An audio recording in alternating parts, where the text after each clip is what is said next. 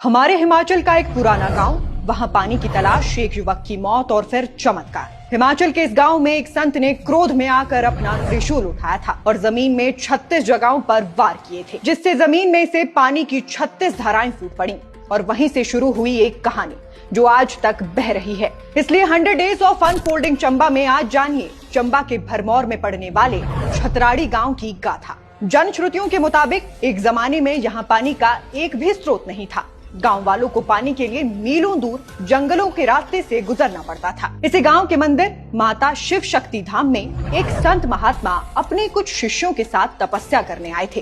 कहते हैं एक दिन जब उन्हें प्यास लगी तो उन्होंने एक शिष्य को पानी लाने भेजा, लेकिन बहुत समय बीत जाने के बाद भी वो शिष्य लौटकर नहीं आया। घबराए संत ने उसकी खोज शुरू की और थोड़ी दूर जाकर देखा कि एक भालू ने उसके शिष्य पर हमला कर उसे मार डाला था। ये दृश्य देखकर संत महात्मा बेहद दुखी और क्रोधित हो उठे। शिष्य की मौत से आहत होकर उन्होंने अपनी शक्ति और भक्ति से धरती को झकझोर डाला, त्रिशूल उठाया और गांव के आसपास की जमीन पर कुल 36 बार प्रहार किया।